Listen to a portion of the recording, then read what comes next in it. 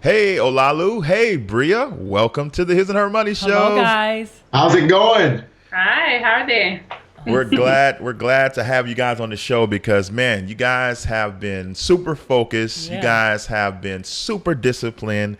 And now you all have arrived at debt freedom. And we know that so many people are trying to do what you have done. So we're excited to have you come on and share your story with us today. But before we jump into your story, can you just take a moment and introduce yourselves to everyone and let them know what you're all about? Absolutely. Ladies first.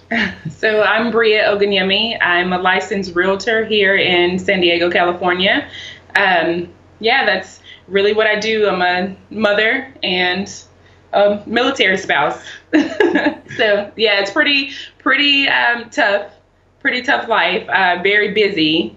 Licensed realtor, full-time mother, and being a military spouse is can be really pressing at times. But I do it. And it's awesome. And I'm Olalu Oganyemi. People call me Lou, just for the record. Just keep it simple. I'm one of 6 children coming from Ruston, Louisiana. So shout out to all the Louisianians out there. I'm a captain in the United States Marine Corps. Proud member of Alpha Alpha Fraternity Incorporated. Let's see. I'm a musician. We're active in the church. I'm a musician. He sings in the choir. And we just like to stay active in the community. So it's just a couple of things that we do. Awesome. Love that. So let's talk about that debt freedom story. Before we do that, I mean, how does it feel to not be a soldier, to have to go like second place and be a Marine? I mean, are you okay with that? I almost corrected you because you said I thought I was a soldier. I was like, wait a minute. I like to pride myself. Actually, I'm a company commander at Marine Corps Recruit Depot, San Diego. So boot camp. All right. So you have to tell people why you just said that because some of our listeners may not really know the backstory. Because if you're brand new to His and Her Money, I'm a proud 12-year veteran of the United States Army. But, we got love for everybody. It's nothing wrong with the Marines. It's nothing wrong with second place, man. It's nothing wrong with second place. Now, just playing. We got love for you. We appreciate your service. Thank you so much. We appreciate you, Bria, for holding the fort down because we both know that it takes both parts to make the whole equation work. That's right. So let's talk about this debt freedom story. So you guys were once in debt. Tell our audience how much debt was it and what type of debt was it that you guys had? All right. So I had to write it down. So we started. First of all, getting in debt is way too easy. Now, let me start there. So we started off in college.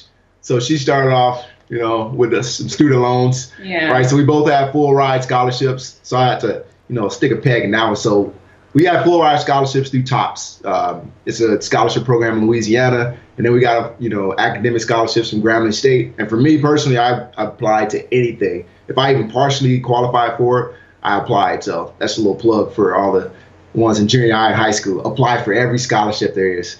Let's see. So my first loan was a 2008 Cadillac CTS. Very nice ride. Very nice car. But I didn't need it. I co-signed because I didn't have any credit. And then my second one is going to be my when I graduated. I got a career starter loan through USA. I used that to pay off both of our vehicles. So at that point when we got married, so we got married literally the day after graduation. And at that point we had about $55,000 in debt. And over the next 4 or 5 years or so, it sort of just accumulated, whether it's trading in vehicles with negative equity, which again, never do that. You got hero loans. You got a hero loan in there for renovation. Let's see, we had an old Belt credit card. I never shopped at Belt, just put that out there. We had just a couple other things. For the most part, I think we had medical bills, some old medical bills. A Cox cable bill that somehow forgot to get paid. Again, whatever. I never had Cox cable. Right. So just a couple of things, bills that sort of accumulated. And by the beginning of this year, for argument's sake, it was about $70,000 by January of this year. And obviously, it was a little bit more of that we paid off before then. But when we decided, we're going to get out of debt, it was about $70,000. And how long did it take you guys to pay that $70,000? So it took us 8 months. So we started January of this year and we finished August. Our last payment was August. Wow. Amazing. $70,000 in 8 months. Wow. That is amazing. Yeah. I'm curious in the story. Help us understand, Bria, because you all have full ride scholarships. How did you still end up with student loans? Yeah, that's kind of crazy, huh? So I don't know. I think I was thinking about it earlier when preparing for the interview. I was just like, why did I do that? I had a full ride. I think I just saw all of my other friends from high school getting those student loans and, feeling like they're on top of the world. Or, I just feel like it was just extra. People love extra, but you don't know the end result, where it's not money, it's not free money. Mm-hmm. So now looking back on it, I know it's really foolish for you to have a full ride to a university and you still take out student loans. So yeah, it's just something crazy I did, but it happened. Like I said, I mean, it was pretty easy though. We accepted our scholarships, and on the same page, it had another button that you could push to accept student loans. It was pretty easy. You push the button to accept scholarships. You push the button right beside it to accept loans. I remember I did it one semester on accident, and my dad's a professor, and I ran to him like, oh God, I did it. I don't know what to do. He was like, just go to financial aid and they'll figure it out. So that's. His was accident. Mine wasn't. So now you all were accustomed to debt. You said you had scholarships, still got the student loan, credit cards, got some vehicles, upgraded the vehicles, negative equity in the vehicles, so on and so forth. And you all get married, your debt is combined. But then it doesn't stop there. You all spend, you said, like 4 or 5 years just kind of going with the flow, doing what everybody else does. Nothing you're doing is out of the ordinary. Hero loans, renovations, all kind of stuff, financed. Then all of a sudden, January of this year, it's like enough is enough. But what caused you to get to that point? How did you get to the point where, because at first, debt was just a normal part of you all's life and you all were all right with it. And then all of a sudden you weren't. Help us understand how that transition happened, just to have the thought of, let's get out of debt. Right. So you'll probably, want to slap me for this. So my brother is actually a financial manager, and he does financial literacy seminars, has a doctorate in finance, actually. And I remember in 2012, he told me right when I got an internship to be a computer programmer, he told me, hey, listen, you need to learn how to manage your finances and take full charge. And I was like, okay, it went in one ear and basically out the other. And then in 2014, he noticed I wasn't listening to him, because at that point we already started accumulating more debt. Yeah. And he handed me the book, Total Money Makeover. I know you're familiar with it. So I'll tell you a secret about that book. It actually is really good at collecting dust. Right? It's a great coaster. Right? So I for another 2 years, it collected dust, and it was a coaster. And I would say, I don't know why it was 2-year increments for everything, but anyway, in 2016, I finally picked it up about the spring and finished it late summer or early summer or so. And I was like, man, this is actually a pretty good book. And of course, obviously, we didn't start again until 2018. But so 2016, I remember telling her, hey, we're gonna start, doing this debt snowball thing. We're gonna have this gazelle intensity and all these kind of things, which obviously we didn't. We started off, every month, If we had something extra, I'll throw it at it, but I still was trying to, max out the Roth IRA. I still wanted to max out the TSP and all these kind of things I was trying to do. And honestly, the money just wasn't spreading. I wasn't doing anything really. So we weren't paying off debt. We weren't saving or investing a lot. We just had our money spread everywhere. And not to mention, we still had payments. Those payments equaled over $1,500 a month. That we were paying, to include a $746 truck payment. I just had to have that truck. That we had. So I'll say last winter, I started having a commute a little bit longer to work, and so I'd say, you know what, I don't want to just listen to music on the way to work, so I turned on podcasts, and I was just flipping through podcasts. I actually stumbled upon Dave Ramsey, who was literally just like he was fussing at somebody for doing literally the same things that I was doing. So I came home, it was December of last year, and I came home and was like, hey, listen, you know what? We have to do this. I'm actually going to stop investing. I'm going to stop saving. I'm going to stop doing this and that. And then her eyes like brightened up. She's like, whoa, because I'm a saver. I like to save everything. And her eyes brightened up. She realized, oh, man, this guy is actually going to make some sacrifices. So then something magical happened, and she actually got on board with me, because she's a spender, if you haven't recognized. So I'm definitely the spender. He every time I have a crazy idea, he would kind of say, I don't think that's the best idea, but as a good husband, I think he would kind of go along with it. He would go along with it, and I'd find myself getting another truck, or okay, now I need another truck, or things like that. So once he said he was going to stop spending or saving, and just try to throw as much money at the debt as possible, it did kind of trigger something in me. And I remember driving home one day and was kind of thinking about the military spouse role as well, how, we move every 2 to 3 years anyways. So I felt that as me being a licensed realtor here in California right now, and how my business is going really well, I felt that why not contribute to the debt myself right now while I have a chance? Because we may move in the next year or so, and I may not have that opportunity. And also, we're expecting our third baby right now, so congratulations. I felt like, thank you. So I was really adamant on being debt free before she's born.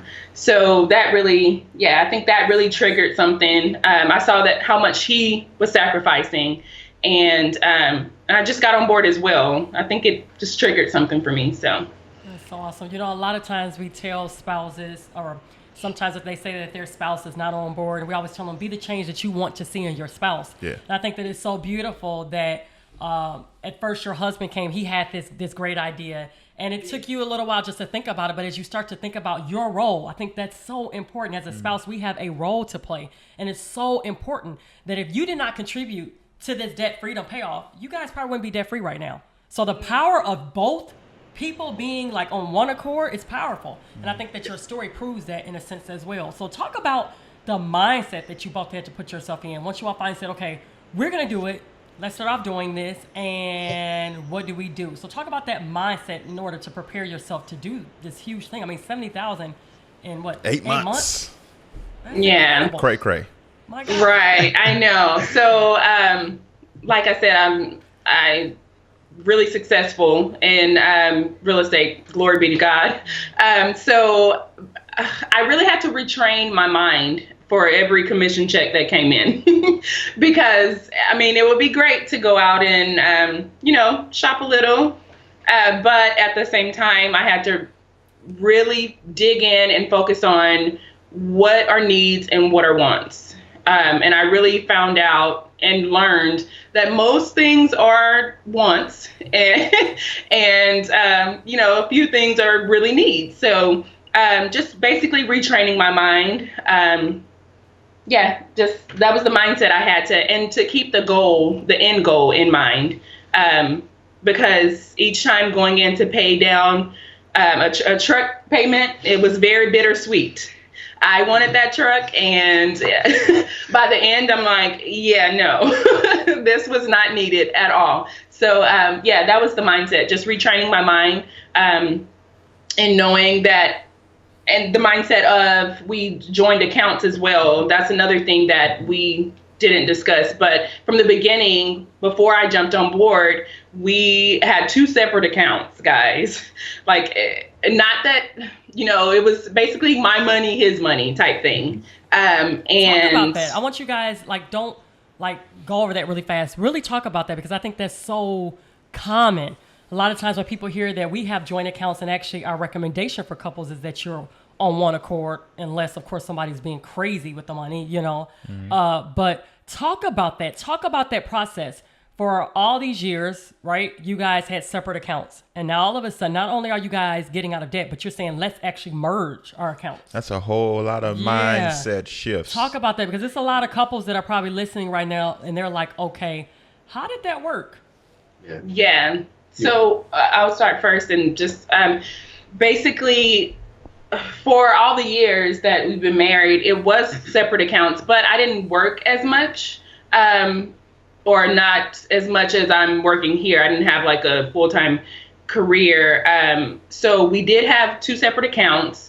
And even when I started with real estate, it was 2 separate accounts. I would make commissions or whatever. And as long as I did my part, I paid childcare, we have different things of what we both pay. Then it's like, as long as I pay tithes and taxes, then the rest is like mine. I kind of, to go out and spend or whatever. So honestly, when I look back on it, I feel like we could have been out of debt so much sooner had I, thought of, okay, let's join these accounts and get on one accord sooner than I did. But thank God that I, got on board eventually. Sooner, better late than never. Seriously. So for me, I realized that the number one cause of divorce is financial issues. So finances. So for me, it was fear, straight up. And I know, Army guy listened to a Marine say fear. I know. I'm not surprised. But for me, it was fear, right? So you see all these things happening. You see relationships, long-lasting relationships crumble around you. And you start to think, it's like, man, well, maybe I should have mine, I should have ours. And we have this small pot Very that true. we throw money in together.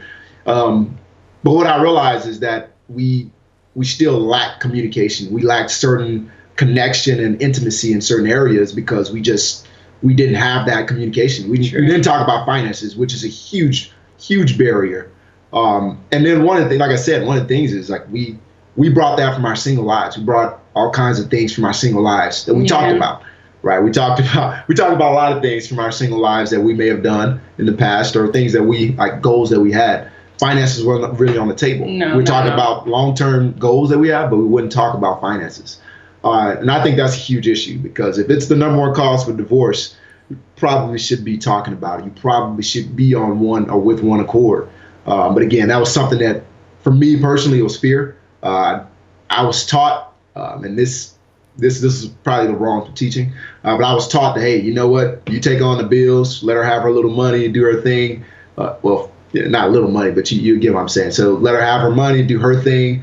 You take care of the bills. And don't worry about it. Never combine accounts and all that stuff. So that way, if she pulls her money out, then you don't have to worry about your house crumbling. And sometimes that sounds like wise advice, but again, it negates the purpose of us sitting down and having those conversations. And it just didn't keep us on the same page. And since then, I mean, we've having to sit down and actually talk about the budget. Surprisingly, again, she's the spender. But she'll call me. I just came back from a trip in Vegas. She'll call me and say, "Hey, listen, you went over on your budget in Vegas. What's the plan?" And I'm like, "Oh God, because for the first 5 years, and we're year 6 in marriage. For the first 5 years, I did it by myself, and so she wouldn't catch on to that. But so it was just funny. I wouldn't catch on to it at all. But it's great to be on the same page about that kind of stuff, and just learn it and walk through that kind of thing. So set the stage, because there's somebody that's listening right now. There's either a wife or maybe a husband, and maybe they want to go home and have this conversation with their spouse. Who came up with the suggestion first, and how did the conversation go? So I came up with a suggestion, and actually it's one of my book recommendations, How to Win Friends and Influence People. Dale Carnegie. Dale Carnegie. Yeah, one of the things he talks about in there is he talks about how selfish human beings are. We always think about ourselves first. But in reality, I had to think about her. Hey, what are your goals? I started a conversation like that. What do you want to do financially? Where do you want to go? What's your long-term plan? And we started talking through it. Hey, so what do you think would be the pros and cons to joining accounts? Hypothetically. And we started talking through it a little bit. And she's like, well, what are the cons? I was like, well, cons. And we started trying to think through it. Well, if you leave, and we start talking about crazy stuff like that, and it's like, okay, if those are the only cons, then why don't we do it? If we can combine, if we can do so much better, then why in the world are we, playing around and doing it any other way? Right. So that's really what happened. I had to, personally, I came up with the idea in my head. I was like, man, that's my eyes brightened up. I was like, man, the way she's working now, she's getting into her groove as a realtor. I was like, man, we could do this in 8 months. Actually, I didn't say 8 months, honestly. I said a little under a year. 8 months was pretty ambitious. But I was like, man, we can do this pretty fast if we combine incomes. But then I didn't start off by saying, like I did in the past, hey, we're going to, cut the budget. We're going to do this. We're going to do that. You're not going out to eat. No more food. No trucks. No couch. She wanted a $1,500 couch. We won't even talk about that. It was just $1,000. Yeah, instead of me just trying to chop away from things that we can't do, I started thinking about what do you want to do? And then when we kept that why, and I keep talking about her why, she brought it up earlier. We brought up the why. Hey, why do you want to do this? And it's like, okay, well, if you want to achieve that why, here's a great way for us to go forward. So that was the way we did it. So the way I talked about it. Basically, I think what he's saying is he didn't come home and like force it down my throat. He came home and, each day he would have something. And every time we got in the car to go somewhere, it would be the podcast. And I'm like, oh my gosh, like I did not want to hear that podcast. I was so not I wanted to be out of debt, but for some reason I didn't want to help with it. It was crazy. Like now that I look back on it. So yeah, it's kind of like he just kind of gave those subtle, reminders or subliminal messages, like deep down.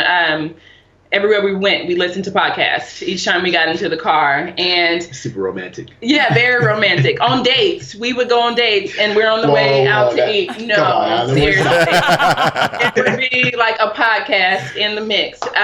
Or we'll talk about finances. So, but it wasn't like a forced thing. And I think that's what helped me finally get on board, because it wasn't just like, oh, well, you're going to do this. So I think if anyone's listening, if you want to go and talk to your spouse about it, I would say just kind of throw ideas out there and ask them, like he said, how he asked me, what are your goals? What do you think about this? And just kind of work from there. So.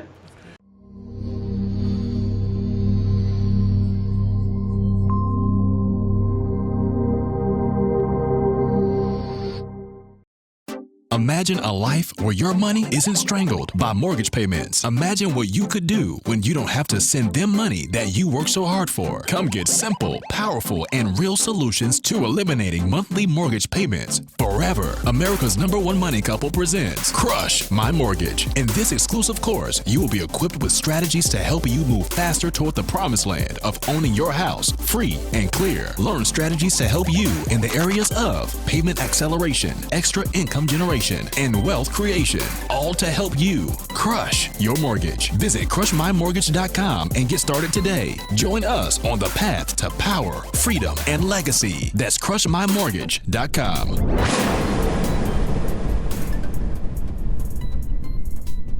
I want to talk about appearances because I'm familiar with both of you all's occupations. Okay, so let's break this down. Let's peel it back a little bit. I know for a fact when it comes to the military, you have enlisted and you have officers. Enlisted are akin to the blue collar workers, get your hands dirty, and officers are looked at as the white collar, the boardroom, the decision makers. And that comes with the pressure of appearances, vehicles, lifestyle.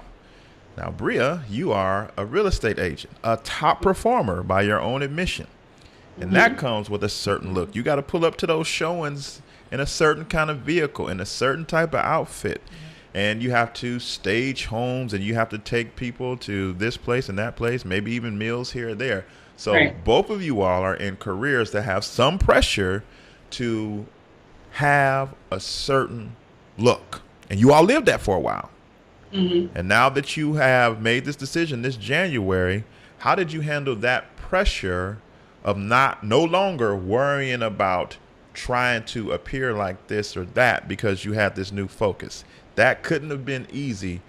That couldn't have been like something that just happened overnight, because you have co-workers in the same field as you that might start wanting you to do things like you were formerly doing it. And you have to address them like that was the old me. This is how we're doing it now. Like, talk through that transition. So part of it is just learning how to get away from peer pressure, right? Again, I learned that actually at an early age. I'm not real big on trying to keep up with the Joneses. I never have been. Again, I was a saver. She is sort of, but I was a saver. So it was sort of an easier transition for me, to look at other people driving, luxury vehicles. I was like, yeah, one day I'm going to drive a luxury vehicle, when I want to park it in my garage and have it looking nice and it's actually my toy. It's not my everyday car, those kind of things. So for me, I mean, I've always been a little more frugal anyway, and I was more of a saver. So it wasn't as hard of a transition. Obviously, the jokes came in, and I just embraced it. I was like, they're like, hey, man, anytime they want him to contribute money, he's going to be the one that's actually calculated. So if we like raise funds, I'm like, how much do you need? Oh, yeah, well, we're going to need $30. I'm like, well, show me the receipts. And it drives people insane. But it's one of those things that I enjoy doing. And like I said, I just embraced that. I didn't have a real problem transitioning. And my family will tell you, she may even tell you, I'm sort of, again, I'm frugal. What most people call, offend those frugal guys, cheap. But I'm not cheap. I'm just frugally challenged. But anyway, yeah. So that transition wasn't as hard for me. I don't try to keep up the appearance. I actually drive a Honda Civic. When I get out of the car, not many people can lift more than me though. So Army guy, don't worry. So I drive my Civic and go lift for 2 hours and then see if anybody can challenge me in the gym. All right. Anyway. And I think for me, since I am the spender or was the spender, because I really feel like I have a whole a different mindset now. I basically had everything I needed because I was, had already gone into debt. So I could kind of wait those 8 months and not go and buy clothes because I already had clothes and designer bags and my nice truck to pull up to showings in. So I kind of just went at it from there. And if I wanted new things, because I would see my coworkers or colleagues there, getting new bags. I see them with new computer bags or whatever. I would kind of just be like, okay, I would love that. But as my husband, he can attest to me wanting a bag and me saying, okay, well, I need to save this amount. This purse is this amount. I'm going to save it. In the budget, if we have blow money or our spend money, I saved up for 2 to 3 months and I was able to buy that purse. It actually went on sale and, so I was able to buy it instead of just saying oh, well, we're just going to spend money out of the air and go against the budget. So, I would say I had everything I needed basically because I was the spender before we decided to become debt free. So it wasn't that hard for me either, I would say. I'm a realist too. So I realized that, when we talk to other people, some of our peers that want to put up these facades, I realized that some of them don't even have anything. Right. Their status symbol is, going to Cancun or going and spending, thousands of dollars on a vacation and they're behind on rent. Mm. And I started thinking about that. I'm like, what? I mean, really, is that something I want to be? Do I really want to compare myself to this person? And when I started thinking about that, that's what helps me sleep at night, knowing it. Because sometimes it does get, it gets hard. Pressure, yeah, it does get hard. Seeing other people on Facebook with their trips and their, on vacation. It does get hard. That's not to say we don't go on vacations, but that's we do go on vacations. During the 8 months, we didn't go on any vacations. So I will say that was hard. It was hard, but just to keep that end goal in mind, mm-hmm. and to know that, after this is over, the money that we make after that, can start going towards, emergency accounts and all the trips we want, so as long as we have the money for it. Mm-hmm. So practically speaking, what were some of the strategies or some of the things that you guys did in order to knock out this debt? I mean, you all did it in 8 months. That's incredible. What did you do? How did you do it? So the biggest thing is we had to set in a plan. Like I said, the biggest thing that we did was joint accounts, first of all. And then she went crazy. She worked hard. I mean, it wasn't just like she just woke up. I know San Diego has a good real estate market, but she didn't just wake up one day as a realtor and just sell a lot of homes. She actually put in a lot of long hours. And being a pregnant wife, I actually admire that because being pregnant, she has children, 2 children at home, a 9-year-old and a 4-year-old. And I'm at work majority of the time, so I do admire that. It's a lot of hard work that she put in. But for us, we actually sat down with a plan. So we took out, you print the credit reports, you get it for free. So print them out, print out the bank statements for the last few months, and put everything on paper. Sort of intimidating when you put all the debts on paper. You list them out. It's like you start looking at that total. And it does get intimidating. Right. I mean, I don't care if I don't care what your income is. It was intimidating to see that, we had $70,000 of debt and we were paying $1,500 plus payments a month. And we had been paying that or paying more for like the last 5 years, going on 6 years. So it was pretty intimidating to see that on paper that we really hadn't gone anywhere, paying the minimum payments and the little bit I was throwing at it. So we sat down, we listed all our debts out that we found on the credit report. We created a budget, knowing when everything's going to come out, knowing when the income is going to come in. And then again, we buckled down, and we had to take big chunky payments into the bank. It hurt. I'll say it did hurt, but we ended up taking those payments. When we did it, we cut down to pretty much essentials, maybe a couple other things we had, but we cut our budget down a lot to essentials. We got rid of a lot of subscriptions, things that were out there that, hey, are you even using? I don't want to start throwing out anything, but there's a few subscriptions that we had that we weren't really using anymore. One of them was a company that ships things to you without throwing them on the bus. They ship things to you. Oh, there we go. Amazon Prime. Yeah. That was one of them. There's one subscription that we had that, it's like, we're not even using it. Why do we have it? Increased actually their prices. Yeah. Exactly. And that's the thing. So after you start calculating all those things, it's like, man, you're talking about a couple hundred, maybe $200-300 a month of subscriptions that you had going out. So it's a few of those things when you actually buckle down and look at your bank statements and say, hey man, it's not working. So those are some of the strategies we did. Again, we had the debt snowball and the zero balance budget were the two biggest things that we put on paper to go through this journey. All right. So were there any obstacles that popped up, or was this just, smooth sailing? Bria sold a bunch of houses. Y'all put your money together and boom, that freedom. So let me start. I'm gonna start this one off. So first of all, my brother, you remember the doctor that I was talking about? Obviously he's really book smart, but he drove my Malibu. It was paid off, thank God. But he drove my Malibu into a parked car and totaled it. That was in December, right when we decided to get out of debt. So that was the first thing to happen. Past that, our AC decides it's going to stop working. So that's another thing that we had to, cash flow. And then our fridge, our refrigerator, that, it's a nice refrigerator. It looks all nice. It looks nice. For some reason, it just stopped cooling. So all our stuff thawed. Our groceries were bad. Say again? And you're in California on top of that. Yeah, exactly. So it went bad. Groceries went bad, so we had to replace those. And then emotionally, one of the things that happened is my son had some health issues that arose during the time. So emotionally and financially, obviously, spiritually, even it was sort of challenging. Those are some of the obstacles we ran into that just sort of, it was some pretty big blows that almost knocked us off track. Other obstacles, again, like we've already talked about, is some peer pressure.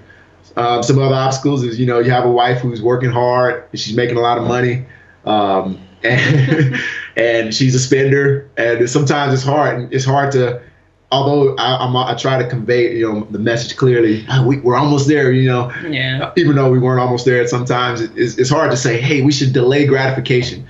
You probably shouldn't. This is for the husbands out there. Do not say those words. That is no purpose. Just find some other way to say it. Do not say we should just delay gratification. Like it's almost like a time bomb. And we talked about the couch. It was a great couch she wanted. For some odd reason, she decided to want that couch, by the way. But I'm gonna save and get it. Out of the blue, she wanted the couch. It was like $2,000, and we called my brother about it. It's like, hey, listen, I'm not asking you to choose sides, but does it sound ridiculous or not? And he refused to choose. Like every time we had anything that came up, he's a huge support system. Yeah. But anytime we had something come up, we'll call him and say, "Hey, listen, man, does this sound right to you?" And he'll always say, "I'm not going to choose sides, but this blah blah blah blah blah." And 9 times out of 10, we got it. But I guess this was that one chance I had, 1 time out of 10, that I won that argument. So he won it on the $1,000 couch, but not the like $40,000 something dollar. It wasn't $1,000, but whatever. So those are some of the obstacles you obviously just trying to get over that. Just like I said, we ran into a few emotional things that I think the biggest one was the son's health. Obviously, it was covered by TRICARE, a majority of it, other medication and things. But is he okay? Emotionally, you want to, when you have, he is okay. Okay, He's great. okay. Praise God. But emotionally, you want to, like after you go, so he had seizures. Yeah, he just started having seizures. But emotionally, you want to go and, buy him things, right? Just fix it. Or buy myself things, Or buy yourself things. because, different people grieve Right. different ways, and I don't really eat out of mine. I can go to the mall and just shop for the whole day. Just Retail therapy is my thing. So, those are some of the obstacles that we had to overcome. Anything else? No, I would say those were the main ones. I would say the obstacles, which were pretty big blows for us, actually. It seems like once one thing happened, we would just get punched again and punched again. I think your grandmother even passed during that time as well, right after our son started with the seizures. So we had to, literally the next day after our son had the seizure, we had to jump on a plane and go home for his grandmother, for the funeral and all of that. So that was extra expenses that we hadn't, really budgeted. So, it was just a lot of emotional blows, I would say, that came with financial obligations as well, since, we did have to make arrangements to get home back to Louisiana. So, yeah, that's good. It's interesting. I think you guys brought up a different side that I don't think has ever been said on our show in regards to like your son. Our son, he has asthma, and about maybe 2 weeks ago, when I tell you I was bad, it was like we didn't see this. The last time he probably had a hard time breathing was probably 5 years ago, maybe. This one was really, really intense. And as the mom in me, you're absolutely right. It either retail therapy or buy him something. Like, let's fix this. Like, okay, are you better? You know what I mean? I think that you guys bring up a very good point. Sometimes when we're hit with family things or emotional things, it will cause us to kind of think or to kind of spend more than usual. You understand what I'm saying? Yeah, it makes like you. I felt like that with him 2 weeks ago. It shifts your perspective because sometimes you get in the routine of life, and you got this tunnel vision, and then boom, like whoa, like when you can like we physically see our son struggling to breathe. You know what I mean? Like Jesus. Like nothing else matters. You know what I mean? Our plans, our goals, just like I just want you just want them to be all right. You know what I mean? Exactly. And then, like you said, some people deal with that differently, and because I think we know that the bigger chunk of financial management is emotional. It's the behavior. It's not the calculations. It's not the moving around of numbers. It is emotional. It is emotions and behavior. And sometimes life can hit you in such a way that you revert to whatever way you used to cope with it. You know what I mean? And it that couldn't have been easy for you all to work your way through. So kudos, number one, kudos to you all for making it through all these obstacles. But how did you how come you didn't give up? How come you didn't go shop all day? You had a reason to. You had a perfectly legitimate reason to say, you know what?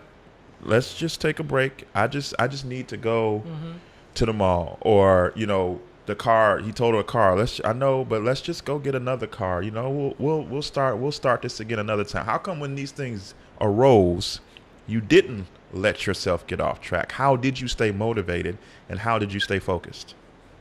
I would say glory be to God. Honestly. We're like big on, we're big in the church. So we're definitely believers. So just to stay prayed up, that's basically what we did. Just make sure we came together to just pray. And I would say God, seriously, if it wasn't for him, I probably would be in a corner rocking right now somewhere. So I would definitely say it was God. And then at the same time, I could have gone shopping, but with the things that were going on, it's kind of like I didn't revert to that. I just wanted to be with him and be at the house. So I think that helped a lot as well, instead of me being out. So. And again, part of it was keeping in mind our why, right? So we realized that our why was bigger than our immediate pleasures. So, for example, one of our whys I have a niece. Sorry, one of my brother's daughters. She was born at 23 weeks. She has cerebral palsy, and from that, he created a business that he helps out middle class families and getting the resources they need because they don't qualify for financial aid. So one of the whys for me is being able to help him grow his business so he can give more to those middle class families. So I realized that, maybe me going out and I could go buy a Rolex watch, I could go buy another vehicle or whatever it may be. But me going out and buying that, and instead of getting out of debt, not only does it stop me from building that legacy, all right, my son, I want him to grow up and go to college completely paid for, whether it's, full ride scholarships or we fully fund his college. Obviously we want to save for college and fully fund it, but hopefully he gets a full ride. So, right. I'll use that money as a down payment for a house or something.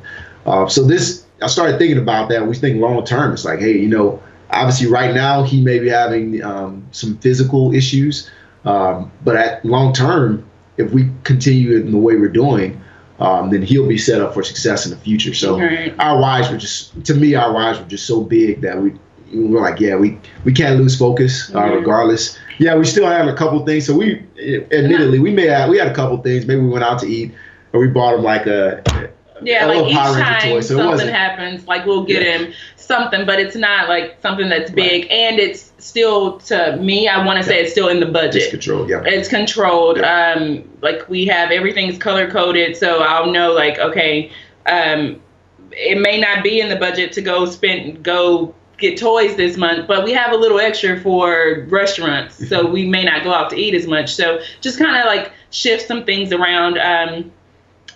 Just to have controlled spending, basically.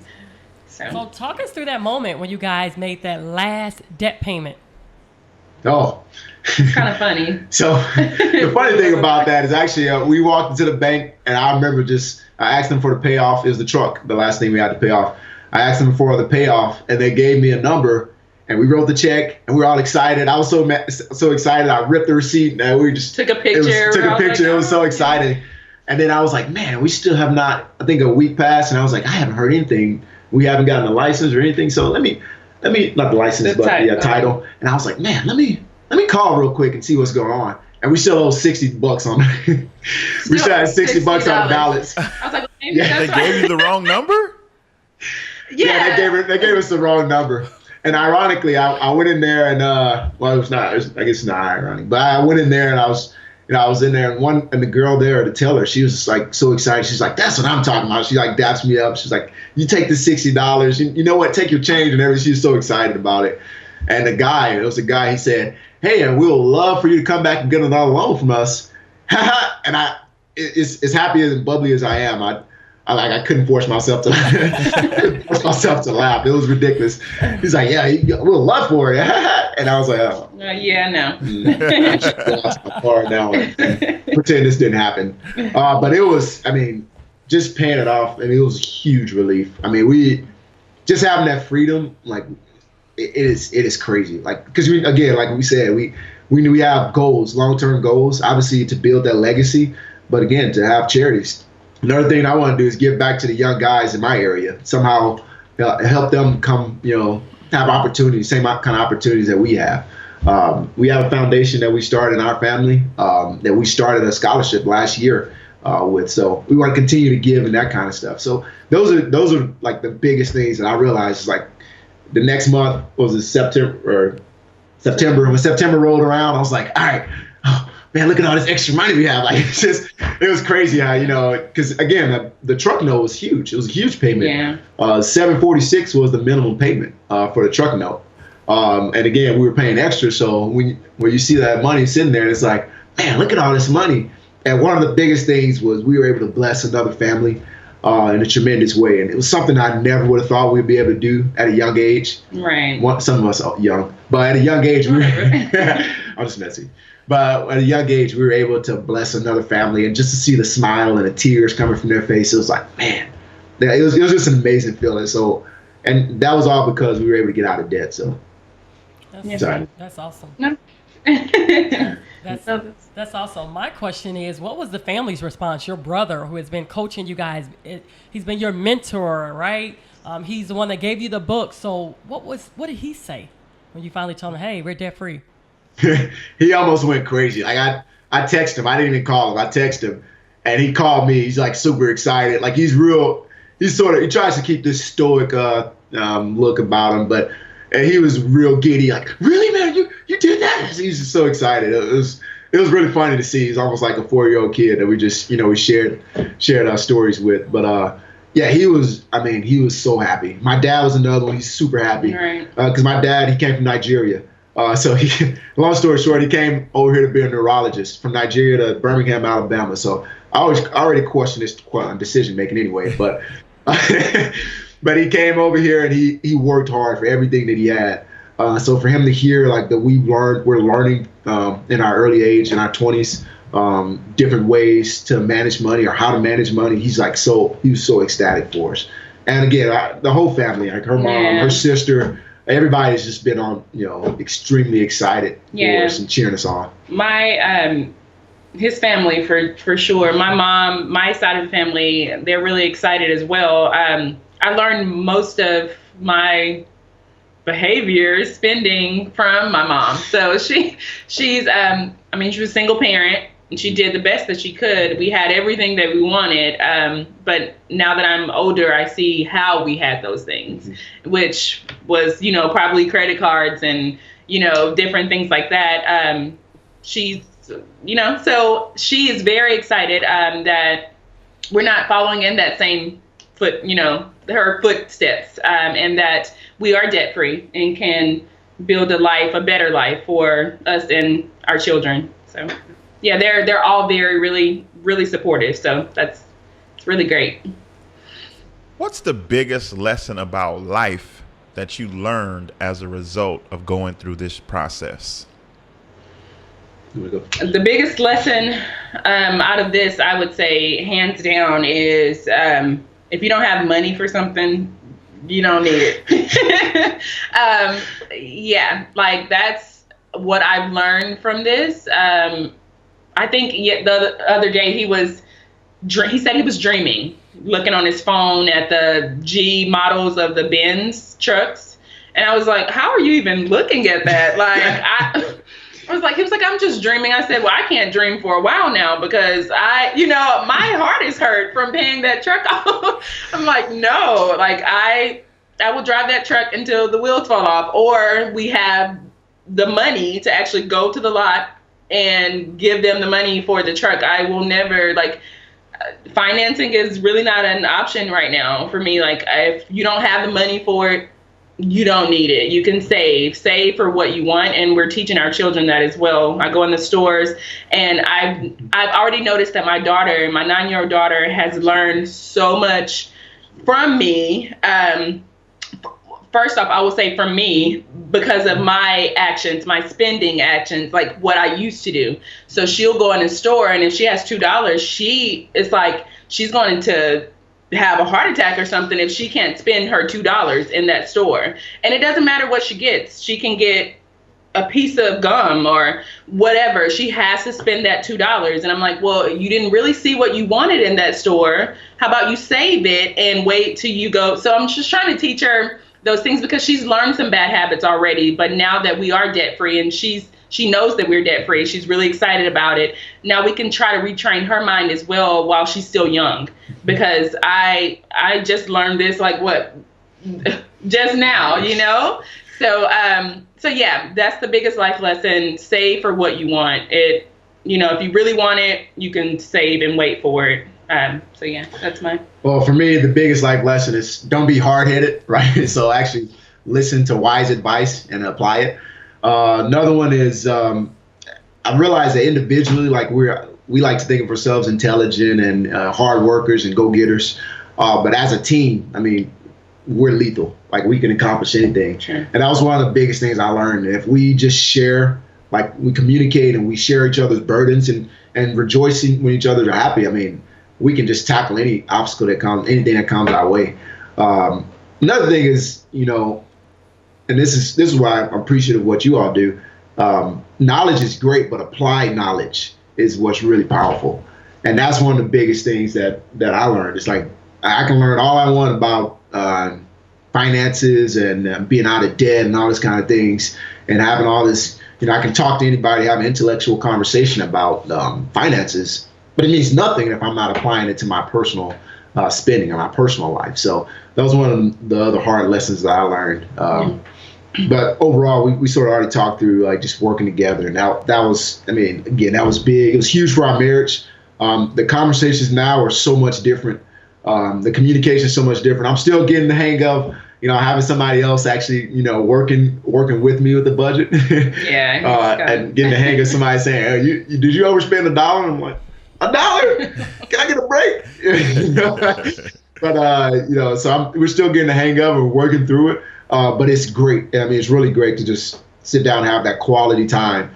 And now I don't have to play podcasts all the time to get on the same page. We can actually, just talk through it, and we can listen to them together and actually enjoy them. So. Yeah. So encourage that person right now that may be listening to your story. Maybe it's a husband, maybe it's a wife, and they're like, man, I want to be just like them, but maybe they don't feel hope. They don't see hope in this situation. Encourage them right now. So for me, and I tell the same thing to my Marines, one of my favorite quotes is actually from the Bible: "Be not weary in well-doing, for in due season you'll reap if you faint not."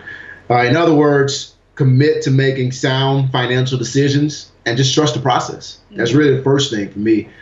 Trust the process. I remember growing up in Louisiana, we had a garden, and sometimes our gasoline machines, they would just go out. If we're out there plowing, they'll just break for no reason. Murphy's Law. It has to happen. So we'll still have to get out there and plow with rakes and hoes or whatever else that we may have, get out there and work. But the best part about that is when harvest time came around, we actually had, some pretty good greens and some tomatoes, whatever else we were growing in the garden. So it was just trusting the process that if we keep working hard, then it's going to grow eventually. The second thing I would say is celebrate your small victories. Whether it's you paid off your $50 credit card and then you cut it up, or you just paid off $5,000 out of $200,000 of your student loans. Just celebrate your victories, right? Whether it's get a s'mores, like whatever you have to do, get a s'mores, go out to the front yard, turn on music, flash lights, whatever you do to celebrate. Don't be. Some people get buried in debt. After this happened, I talked to somebody, and a lot of times, what I realized is a lot of people just feel hopeless because we almost didn't share it because we didn't want to seem like we were bragging. Yeah. But then we finally shared it. People started hitting us up and they were like sort of disqualifying themselves. Like, I can't do it. It's impossible for my situation. And it's because, again, they find themselves in a hole and they're not celebrating the small things, the small victories. Yeah, you may have $200,000, but pay off $5,000 and then you go celebrate. Whether that's just go to the beach and throw yourself a little party. Right. So the third one is you got to surround yourself with people. Like have that person, that go-to person. Obviously you have to be your biggest cheerleader, but still have that other person that you can go to, whether that's going to finding somebody in a church or somebody in a local community. Like the opportunities are endless. You can go on Facebook and find people that are in the same journey. So find somebody that's going to encourage you, vice detractors. And then lastly, and we keep hitting it, just have a big enough why and keep reminding yourself of that why. Because whatever you have to do, whether you have to put it up on the refrigerator, because again, we have family pictures all over the place. So it's easy for me to remember, oh man, this is what I want to do for my children. When my daughter, Briley, she comes up to us, she starts talking about, oh, I will never, she just told me a minute ago, right before this happened, I will never get any debt because it makes no sense and blah, blah, blah. So it's great that's a huge why right there. When she's telling me that, I'm like, man, that's amazing. Yeah. So just have a big enough why. And those are really the 4 reasons of the encouragement I would give somebody else without standing there. I could talk all day. He could. So Olalu, Bria, your story is incredible. The fact that you guys were able to pay off over $70,000 of debt in just 8 months is nothing short of spectacular. And we really appreciate you taking time out of your schedule to share your journey with our audience today. Yes, thank you so much. Thank you so much. We appreciate everything you all do. Sharing that knowledge it's amazing. Thank you so much. Yes, thank you for the opportunity.